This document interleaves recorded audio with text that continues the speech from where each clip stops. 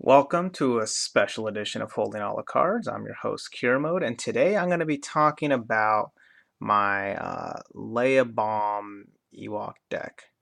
I'll come up with a better title by the time that this actually shows up. So the deck is here already laid out.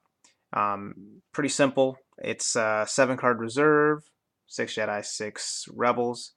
And anyone who's watched my shows know these are very common standbys for me. These ones not so much. So just to kick things off, uh, your most important objectives are these three. It's definitely built around these two, but then May the Force be with you is never a bad objective to have, so you have that. Going past that, Leia's objective better than Rex's objective, and both of those better than the Ewok objective. But you really just want some combination of these. You only need one red resource to make this deck work, so there's no danger of just going 2 heroes beginning, 1 Kraken objective if it's on the table. Like, you can just work off of that. All right, now we scrap that. I'm going to initially just talk about why this deck exists in the first place. And it's that anyone who's seen my show knows I've been always messing with infinite combos, particularly with Leia, because that's the only way you can do it in this game. And it takes a lot of work, and it's fun to do something that's difficult, especially once you've tried out all the good decks that are established good, it's like, okay, well, let's see if I can, make something that's clearly not good and try to make it into something good. Of course, the problem that the infinite combo decks always had is you always have to run, what's it called? It Binds All Things. And It Binds All Things is a good card. Jedi Mind Trick's a good card. Every other card in that pod's an absolute disaster. And the pod not having a resource is bad. Not having a main is bad. And one of the chuds having 1 health is just downright tragic. So, any time that you build a deck that has It Binds All Things, you're inevitably going to be stuck into a situation where you have to just bank on your combo. Like, you can never win otherwise. And my theory was, if there was some way to make a combo deck where I didn't have It Binds All Things, I could figure everything else out, right? Like, if I didn't have to play one of the worst pods in the game to make the combo work, one way or another, I could build a competent deck that also had an infinite combo. And so the inspiration for this deck was brought by a Hearthstone deck that had an infinite combo where you would basically, there was a card that lets you duplicate your hand and put it into your deck. So basically, if you have 2 of those, you have 1 card duplicates your hand, including the copy of itself, and puts it back in your deck. And then when you redraw your hand down to 0 cards, you play the duplication spell again, copying another copy of itself, and you just keep doing it over and over again. But the key was you always had to get down to 0 cards in your deck, and that kind of got me thinking that maybe there was a way around this. And what I ultimately came up with is a combo that has sadly been here for like 2 years, and I just never saw it. The way the combo works is you have to have 2 Moisture Vaporators and 1 Funeral Pyre on the table. Once you have those on the table, you also need to have an Undercover and a Leia captured somewhere. This combo works if there's like 2 Leias and 2 Undercovers captured. It just depends on how they're stacked, because you can always choose where the Undercover goes, so you can always make it so one of your rescue missions always hits an Undercover and another one always hits a Leia. Like, let's say there's 2 Leias and an Undercover stacked up over here, and then there's like another Undercover somewhere else. I can rescue one of those here, and if it's Undercover, I just rescue the same objective to automatically get a Leia. Or if I get a Leia, then I go rescue the other Undercover and then start the cycle over again. So there's always a way to mess with it, as long as there's no other captured cards anywhere on the table. If the only captured cards are Leia's and Undercover, as long as they're not all 4 under 1 objective, you can automatically make this work. And then, of course, you need 2 rescue missions. So, basic way it works is you say, okay, if there's 0 cards in my deck, I have 2 rescue missions in hand, these 2 are captured somewhere, all of this is refreshed, and I have at least 4 resources. I say I'm going to rescue mission, get one of the 2, doesn't really matter the order. If you get Undercover, it goes to your hand. If you get Leia, it goes to the table. And you do the other Undercover to get both. You then would say, I'm going to play Undercover.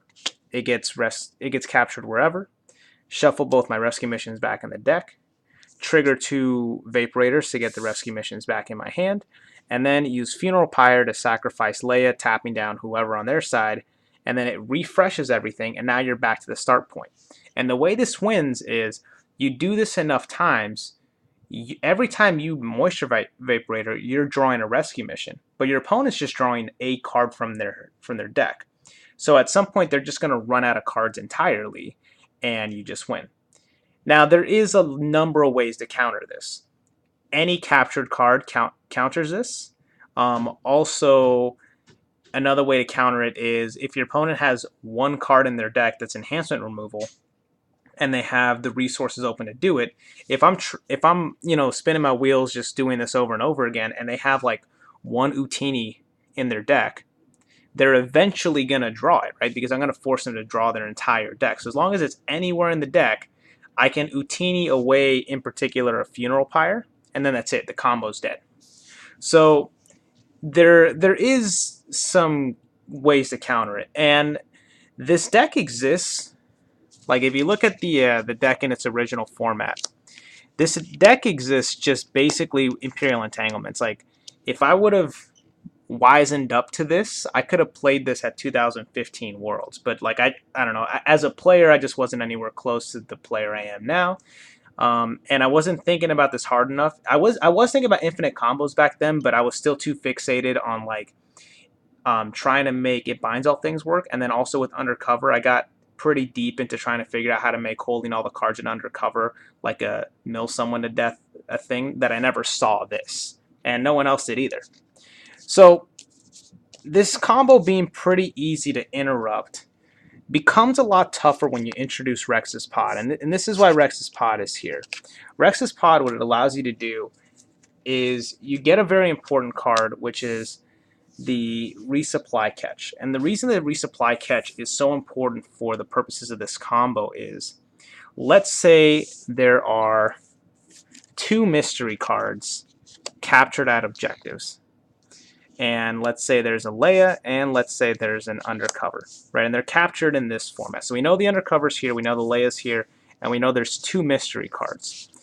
The problem is, let's say we don't have resupply catch. I could start the combo with 0 cards in my deck in a way where I can rescue the Leia and the Undercover. When I play Undercover to get my rescue missions back, I can choose where the Undercover goes, and my opponent can always choose to stick Leia here. And if I try again, I might get lucky and top deck the Leia out of the 3 cards, but eventually my luck's going to run out. And once my luck runs out, I'm out of recursion.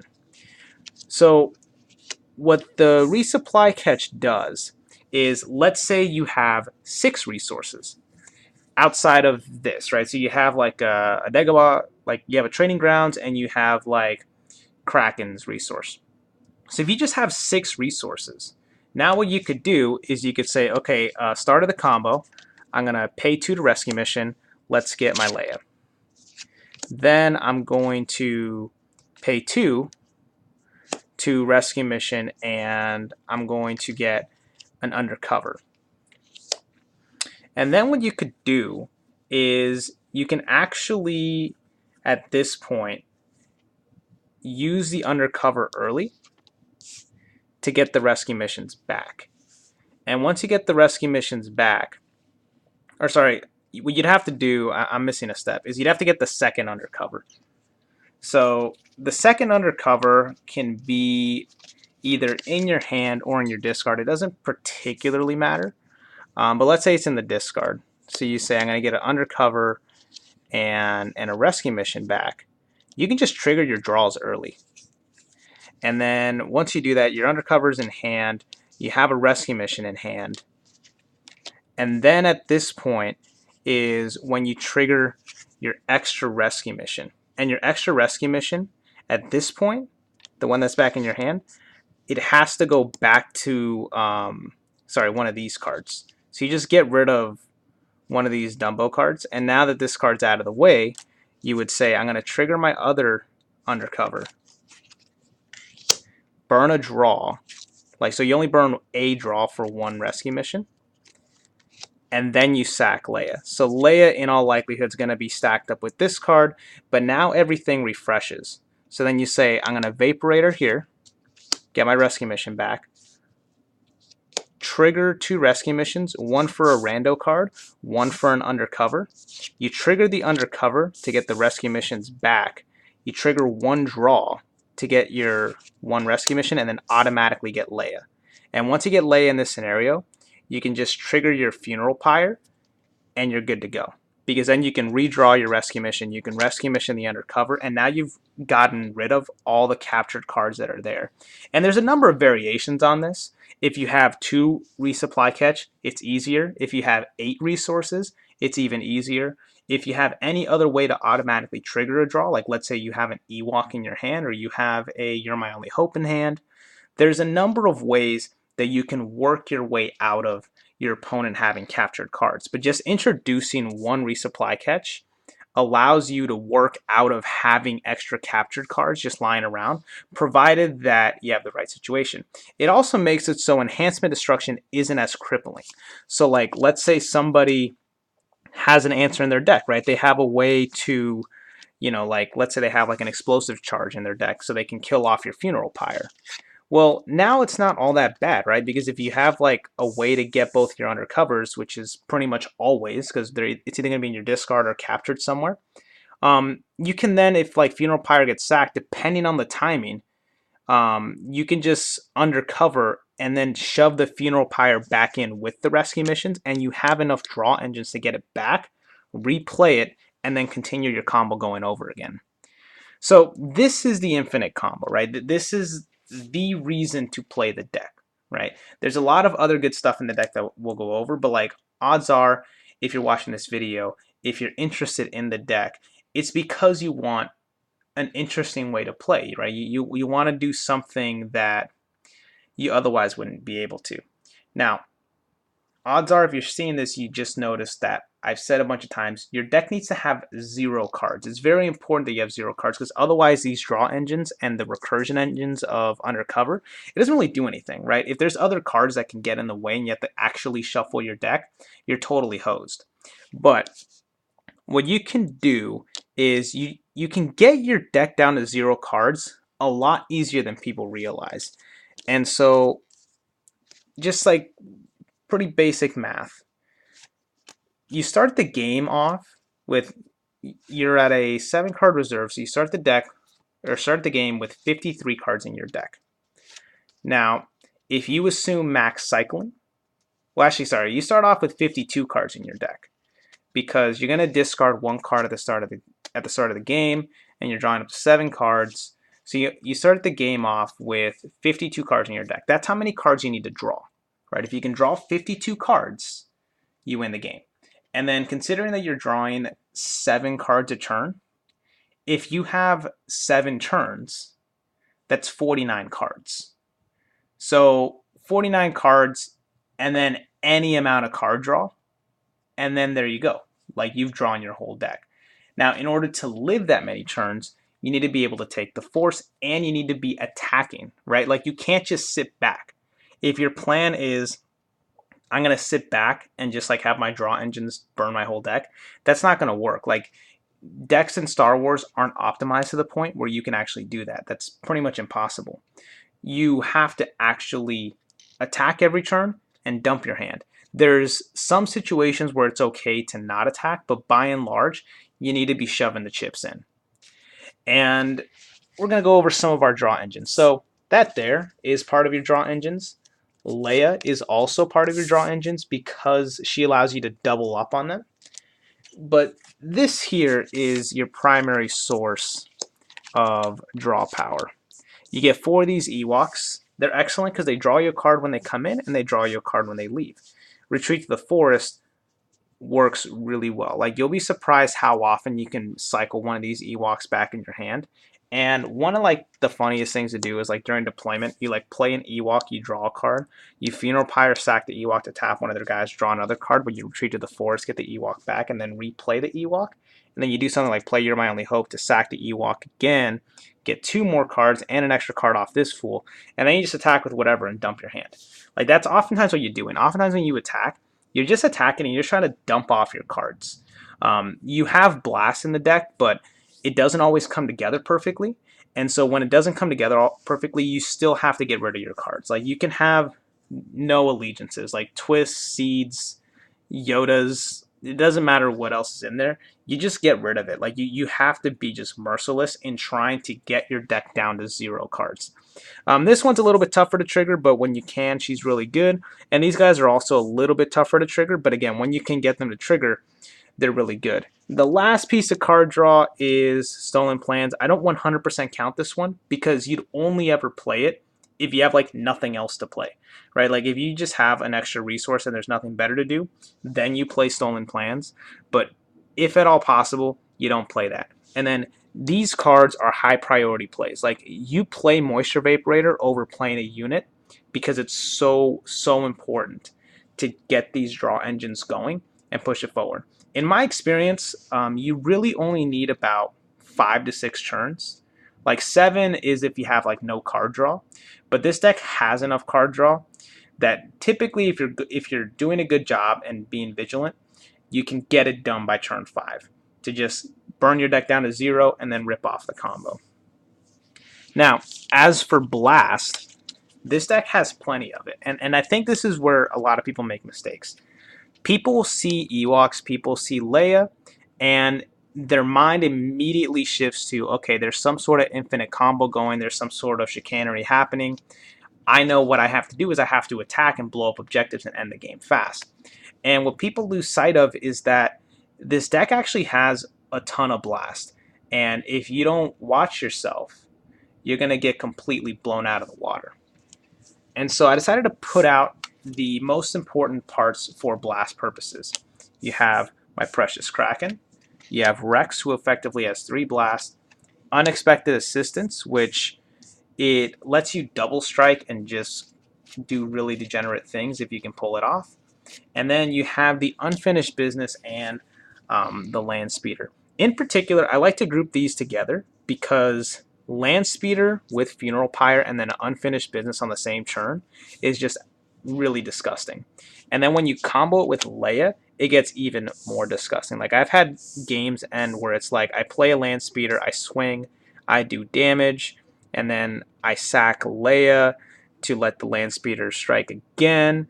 But then I sack the Land Speeder so that way I could bring it back with Unfinished Business. And that's just like a bunch of tactics and a bunch of blasts that just keep getting shoved down people's throats. And that's not counting all the other stuff that you might have on the table. But this alone can oftentimes just blow games out of the water. And then also Kraken, right? Like you have his objective, you're going to hit it 57% of the time. He oftentimes just has like 3+ blasts. And then Kraken also activates on Leia really easily.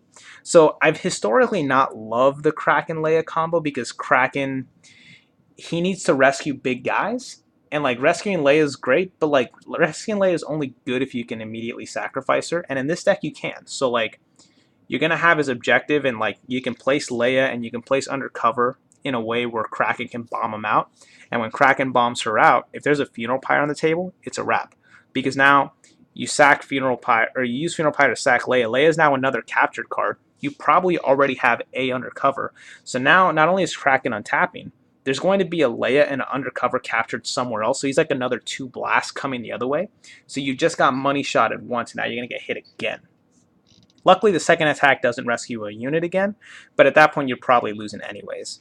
And then Rex is he's just too good, I think. Like, the fact that he can be tactics or blast is just kind of dumb. And he's always active, right? Like there's never a time where he's not having 2 extra icons. So like if you're playing the control game and you're just trying to buy time, you can use them to overlock boards. Or if you're looking for a big finishing combo with Leia, you could just kill it. Sad reality of this deck, ever since I added Rex to it, I haven't actually triggered the combo once, like the infinite combo, just because Rex adds too much blast to the deck that now the deck's just good. And that's a little bit of a bummer, right? Like I can trigger the infinite combo if I kind of slow play a little, or theoretically if like my opponent's just really good and can stonewall me, but so far that hasn't happened. So far when I've played it with the Rex edition, it just kills people. So now I'll talk about the 3 ways that this deck can win. So we've learned about the first way, right? The first way is you burn your deck down to 0 cards, you rip off the infinite combo, and then you go jack off in the bathroom right afterwards. That's the first way you win. That's the least common way to win. I'd say that That way to win, or at least in previous incarnations of the deck, was about 20 to 30% of the time when it won. Um, in this one, it's significantly less than that, just because Rex just adds so much blast, and then also like the resupply catch, it just gives you so much card draw that like your edge battles, they're so much easier to win now, that your attacks get through more often, and you're just loading up on the blast to the point where your opponent just their leg breaks. But whatever, it's still theoretically there, and if you don't know all the combos, like all the smaller combos in the deck, like if you don't know how to play Kraken correctly, if you don't play Rex correctly, if you don't see the unfinished business and the land speeder combos, if that stuff doesn't come quickly to you, then there's a decent chance that you'll miss opportunities. And if you miss enough opportunities, you might actually get to the point where you're able to draw out your whole deck. And then once you draw your whole deck, you can rip off the infinite combo. So, and that's really what the infinite combo is here, right? Like in playing this deck a lot, I've learned the infinite combo is a failsafe, right? Like if you just miss opportunities, or the cards don't come in the right order, or your opponent just somehow draws everything, right? Sometimes they stonewall you. Then you have this infinite combo that just ends the game for you. So, way number one is infinite combo. Way number two is Leia bombs. So, Leia bombs are pretty much what I was talking about here, right? It's you either have Leia or Kraken or unfinished land speeder. It's like some combination of this, and when the pieces come together, you're generally popping two objectives, if not three, in one turn. And I think one of my favorite moments with this deck was like in the previous incarnation before Rex showed up. Like I was playing Mitch, and this was like pretty early in my testing. Mitch 2480, and he was playing a Navy deck, and so he's seen me play these sorts of decks before, and he's already a pretty aggressive player, but he knows against these decks you really gotta attack. And so it was like his turn 2 or his turn 3 or something. And so he attacks in a way where he basically goes all in on the attack. He pretty much wipes my board. Like I think he wipes my board save for like an Ewok or something. And then he has like 2 damage on one of his objectives, but he has no defenders, right? He has no defenders and like no cards and no resources. But he blew up like an objective of mine. I have no board, and he's thinking, okay, this is it. Like I win the game. And basically, I go from no board and only 2 damage to the game's just over, right? Like I drew all the cards. Like I drew like a Kraken, and I drew a Funeral Pyre, and I drew a Leia, and then I think I drew something else, and it was like Kraken and Leia put in work, and I Funeral Pyre to blow up Leia, and then Kraken shoots again, and then I rescued a different guy, and it just steamrolled, and it was glorious for me and maddening for him. But it was like kind of a lesson learned. Like you can't underestimate how much blast is here.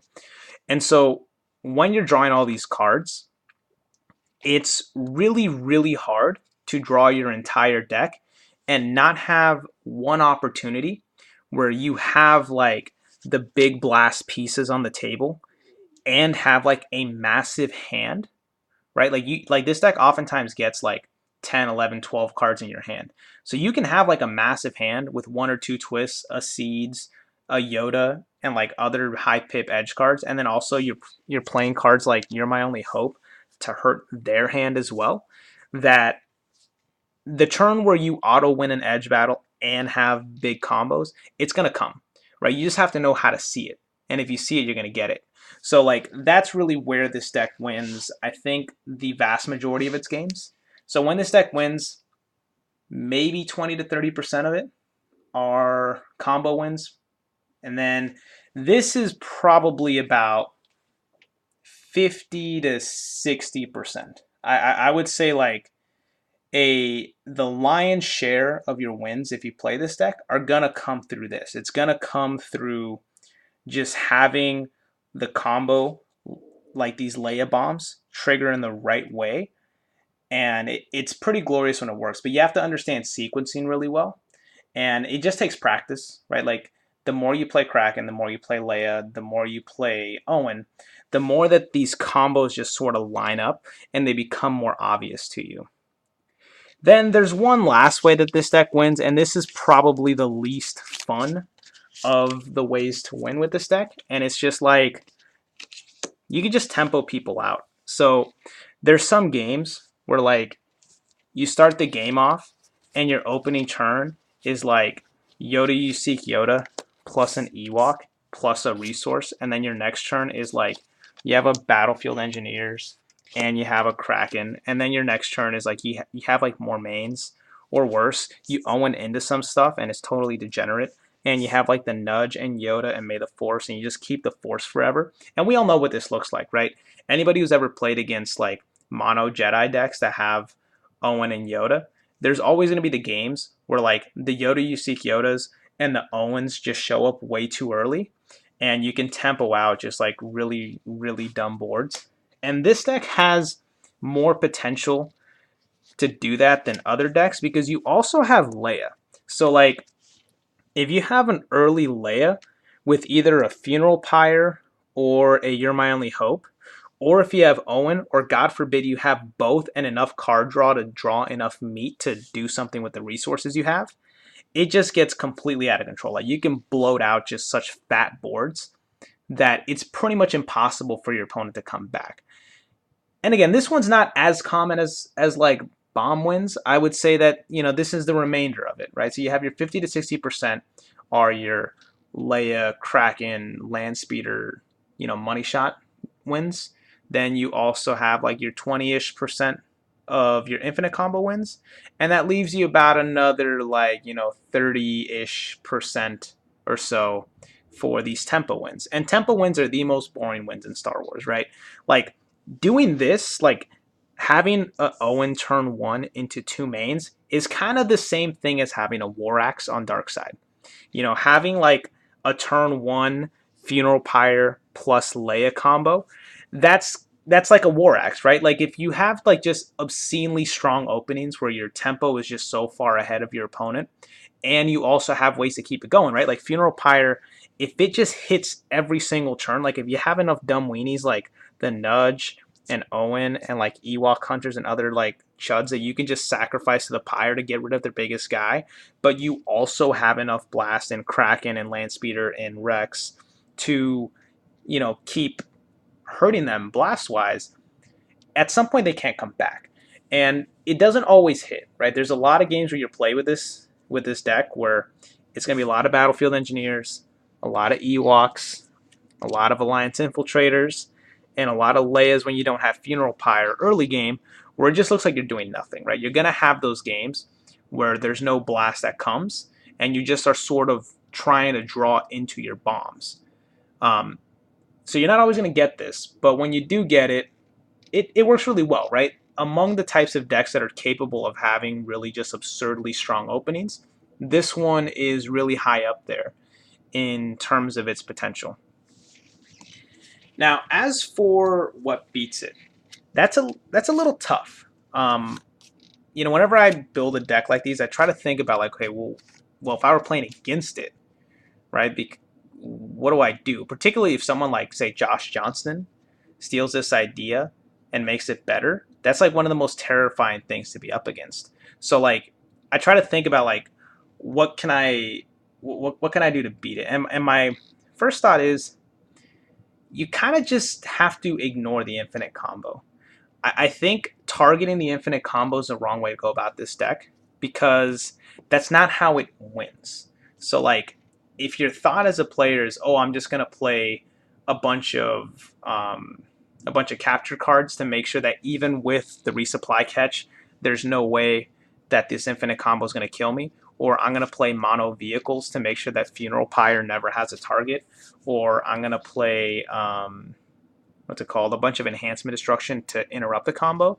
I mean, you eliminate part of the deck, but it's also not that hard to sniff out. Like I've played against people who have either intentionally or unintentionally had decks that hard counter this deck, and you can just adjust your play accordingly. Like you can just say, okay, well I guess this game I'm not max cycling and I'm just going to try to build the ideal hand for all my combos and just try to win off the back of that. I think what I would do is I would look more to enhancement destruction be good just to get rid of Funeral Pyre because Funeral Pyre is pretty degenerate with Leia. So that, I mean, that could be inadvertently a good way to do it, but I think I just look at like building a strong deck. Like if this deck doesn't get its early ramp going, it's incredibly vulnerable.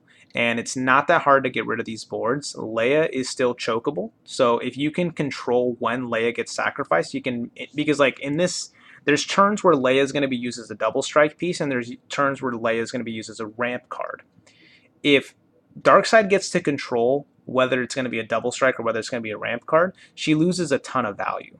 And so playing cards like Force Choke or playing something even like Dr. Evazan, where you can just blank her at action speed, that's incredibly valuable when it comes to being able to stop what this deck does. Also, blanking Kraken's still super sad, right? There's other cards with great text here too, but anytime you have a blank effect for them, always good. And then Moment of Triumph does great work against this deck and makes me super sad. So if you have a deck that can control the early board state and make it so you don't get just ran over, but also has enough blast that you can close out a game before I draw my whole deck to get the infinite combo, like this deck's beatable. It's not impossible to beat, but I will say it is really really strong. Especially with the Rex edition. The Rex edition is really what takes this deck over the top and takes it from a deck that is really good in the right hands to just really good, period. Um, Now, as for like a very small thing about this deck that I really like, is this deck can't be bluffed. And this is more of a kind of intermediate concept, but in this game, cards like Twist, cards like I Have You Now, cards like Prince's Scheme, those are the types of cards that make people think twice, right? Like, there's a lot of times where I'm playing Star Wars with a deck that's not this one, and I think about making an attack, and I should make the attack like 80 to 90% of the time. And I hesitate on the attack simply because they could have a twist. They could have a scheme. They could have that one card that scares the crap out of you. And because they could have that one card, you decide to not even attack because it's too dangerous, right? If let's say I attack with Yoda and my opponent defends with Chimera, even if I have a really good edge hand, if there's a reasonable chance I could lose that edge battle, I just lose the game, right? Because then Chimera kills Yoda, then Darkseid plays more guys, and then I'm playing the catch-up game, but each time I attack, I just lose more guys, and it's just over from there. So like there's times where that happens, like I just don't even attack. This deck, because it doesn't care about its board, because you can always refresh, right? Like you have enough card draw that you're gonna draw in the hands where you have Owen and Leia, because Owen, let me tell you, this guy comes back really fast once you get your card draws going. Between Owen and Leia and Yoda, you seek Yoda and Rescue Mission, because if you sack Leia during combat, you just get bonus resources that can be used on these two cards. You can rebuild your board so freaking fast that you don't care if you lose your board. And more importantly, you have to go in anyways, right? Like, because you're trying to always draw your deck down to 0 cards, there's no point in ever not attacking. There's no point in ever holding some cards back in case they have a twist. You just play into everything because you have to get rid of your hand. Unless you have a second attack you're going to make that turn, you always need to attack and get your hand down to no cards. The only time that you can hold a card in your hand is if a card's a combo card or it's a card draw. So like you can hold an Ewok in your hand because he draws you a card, but you can't ever hold Kraken. You can't ever hold Yoda. You can't hold like a card like even like Battlefield Engineers. You probably don't hold them either. And that's something that I think throws people off too. Like people will see me play this and like turn 1 I'll just discard Kraken, because if my turn 1 I have like a Vaporator and I have a resupply catch, these cards have to get played. That means I can't play Kraken. So if I'm not going to play Kraken under any circumstance this turn, you just discard them. And then you try to draw into more stuff, because if I discard them, what if I draw like a nudge? Like a nudge will get played. And you want to give yourself a better chance to draw into cards that are actually useful. And a card that isn't going to be on the board and is only 2 pips, that's not good enough. Like you gotta like dig for the stuff that actually matters. So I really like that element of the deck. I just like that the overall philosophy of the deck allows you to just play into stuff, and playing into stuff's actually good. Like the ideal player would not fall for bluffs. But like, I think especially as people play the game more often, especially a lot of good players, they they either don't make attacks or they overcommit to certain attacks just because they don't want to lose to the unknown, right? You don't want to lose to like one bad edge battle. Or you tailor your decks in a way where like edge doesn't matter because you don't want to, you don't want to lose to that. It just feels super bad. So a deck that eliminates that fear is so good because like let me tell you, I win a lot of edge battles with this deck. And it's not just because of the card draw, it's because like I'll swing into boards where I only have like say 7 pips in my hand and my opponent has like 4 cards. Normally, if I have a risk of losing my board in that situation, I just don't attack. But with this deck, you have to attack because you have to get rid of the cards. And then you find out, oh wait, they only had 5 pips in their hand. And I just won an edge battle I probably shouldn't have because I just wasn't afraid to swing in. And so that's actually a pretty comforting thing for me as a player. So if you like the concepts of the deck, I highly recommend it. Don't feel discouraged if you don't get it the first couple times. It's not a particularly easy deck to play, but it is a really rewarding deck to play. And it's also never going to be cancerous as far as the combo goes, because more cards can theoretically get introduced to make this combo easier to trigger, right? What if there's a card that gets printed off like 2 packs from now that says like pay 1 resource, discard the top 10 cards of your deck and get some sort of benefit for it, right? If they made a card like that, this combo would be absurdly easy to trigger because you can always burn down to 0 cards in your deck. But if that ever happened, then the meta could shift super hard towards capture and towards enhancement destruction to ensure that you don't lose to this combo. But the deck's really strong. And that's what makes this deck good. What makes the deck good isn't that there's this infinite combo as a backdrop. It's that it's just good, right? And there's a lot of combos and there's a lot of blasts and there's a lot of force holding. But for the shits and giggles, you also have this infinite combo that you could be playing like the kind of game within a game within a game. So trust me, super fun, and we'll see you next time on Holding All the Cards.